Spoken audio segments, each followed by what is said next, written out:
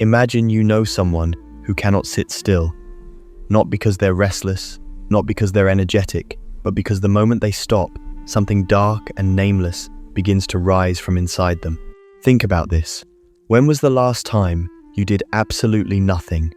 No phone, no podcast, no task, no plan. Just you, sitting with the raw, unfiltered silence of your own mind. For most people, that question produces immediate discomfort. We live in a civilization that has confused motion with meaning. Busyness has become the new religion, and productivity its most sacred prayer. But what if the people who can never stop aren't thriving, they're running? Across every culture, every city, every generation, a silent epidemic is spreading. People are filling every waking moment with activity, noise, and obligation, not out of passion, but out of a deep, unspoken terror of what stillness might reveal about them. Psychologists have a name for this. It's called activity-based avoidance, a behavioral pattern where individuals use constant doing as a shield against emotional processing. It's not ambition, it's armor, and most people wearing it don't even know they have it on. What you're about to uncover in this video is not a productivity hack or a wellness tip. It's a psychological excavation into why certain people are psychologically allergic to stillness, and what that compulsion is quietly costing them at the deepest level of their identity. Because here's what's at stake. If you never stop moving, you never have to ask yourself the most dangerous question a human being can face: who am I when I am nothing? If that question unsettled you even slightly, stay with us. And if this kind of deep psychological content speaks to something in you, consider subscribing, not to collect another channel, but because some ideas are worth returning to. Now let's begin with an uncomfortable truth that no self-help book will tell you. Constant busyness is not a personality trait. It is a symptom of a mind that has learned, often in childhood, that stillness is dangerous. Think about how many people you know who pride themselves on being always busy. They wear it like a badge, a proof of worth. But Blaise Pascal, the 17th century philosopher, saw this clearly centuries before the age of smartphones and hustle culture. Pascal wrote that all of humanity's problems stem from the inability to sit quietly in a room alone. He wasn't being poetic. He was diagnosing something fundamental about the human condition, that we use the external world to escape the internal one. Modern neuroscience confirms what Pascal intuited.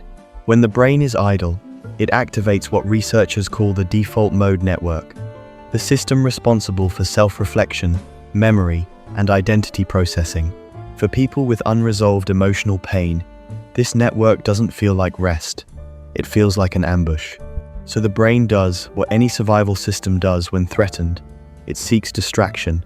It manufactures urgency. It convinces the person that they must respond to that email, plan that trip, reorganize that drawer, anything to keep the default mode network from doing what it was designed to do, make you face yourself. And here is where the system becomes insidious. We live in a world that has been architecturally designed to exploit this vulnerability. Social media platforms are not built for connection. They are built for compulsion. Every notification is a neurological interruption, a tiny rescue from the terrifying act of being present with your own thoughts.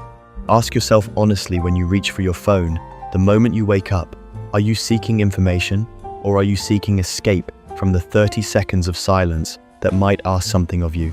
Carl Jung spent decades studying what he called the shadow, the unprocessed, unacknowledged parts of the self that we bury beneath performance, persona, and perpetual motion. He believed that what we refuse to face internally, we will inevitably project outward in destructive ways. The person who cannot stop doing is often running directly away from their shadow. Every completed task, every packed schedule, every manufactured deadline is another brick in the wall between them and the version of themselves they are most afraid to meet. And the cruel irony? The faster they run, the larger the shadow grows. Because the psyche does not forgive neglect. It accumulates, it waits, and eventually it collects in the form of burnout, emotional numbness, broken relationships, or a hollow feeling that success was supposed to fix but somehow made worse. Here is the psychological breakdown beneath the behavior. When a person grows up in an environment where love was conditional, tied to performance, achievement, or usefulness. The nervous system learns a devastating equation: I am only safe when I am productive. Stillness, in that wiring, becomes synonymous with worthlessness. This is not weakness, this is adaptation. The child who learned to stay busy to avoid a volatile parent, to earn an absent parent's approval, to feel seen in a house full of emotional noise, that child became an adult who cannot sit still, and nobody ever told them they were allowed to stop. Ask yourself this: does your sense of self-worth quietly drop when you have an unproductive day? Do you feel vaguely guilty, relaxing, as though rest must be earned rather than inhabited? These are not quirks of personality. These are the fingerprints of a wound. But it goes deeper than personal psychology. There is a cultural machinery that profits enormously from your inability to pause. The modern economy is not built on your flourishing, it is built on your restlessness. Restless people consume more, scroll more, buy more, and question less. The productivity industrial complex, the apps, the planners, the morning routines, the hustle manifestos, does not exist to liberate you. It exists to make your compulsion feel noble. It rebrands your avoidance as ambition, your anxiety as drive, your emotional numbness as focus. And so an entire generation has been handed a language that makes their wound sound like a virtue. I'll sleep when I'm dead. I don't have time to slow down. Idle hands are the devil's workshop. These are not wisdoms. They are the slogans of a system that needs you exhausted and distracted to remain compliant. The philosopher Byung-Chul Han calls this the burnout society, a civilization that has replaced external oppression with internal self-exploitation. We are no longer driven by tyrants. We have become our own tyrants, and we call it ambition. So what happens to a person who never stops? What are the real compounding consequences of a life lived entirely on the surface of doing, never descending into the depths of being? The research is sobering, and the lived reality even more so.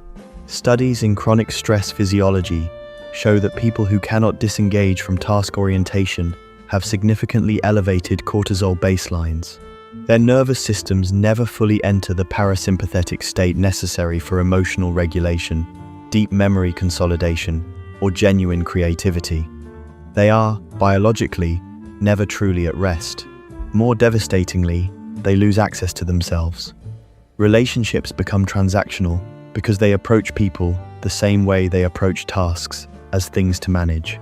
Intimacy requires vulnerability, and vulnerability requires stillness.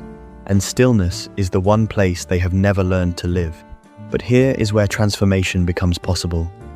Awareness is not just intellectual, it is physiological. The moment you recognize the pattern, the nervous system begins to loosen its grip. You cannot heal what you cannot name, but once named, healing becomes not just possible but inevitable. The shift is not about doing less for the sake of productivity optimization. It's about developing what the Stoics called inner sovereignty, the capacity to exist fully without external validation, noise, or motion confirming your worth. It means learning, perhaps for the first time, that your value is not a performance, it is a given.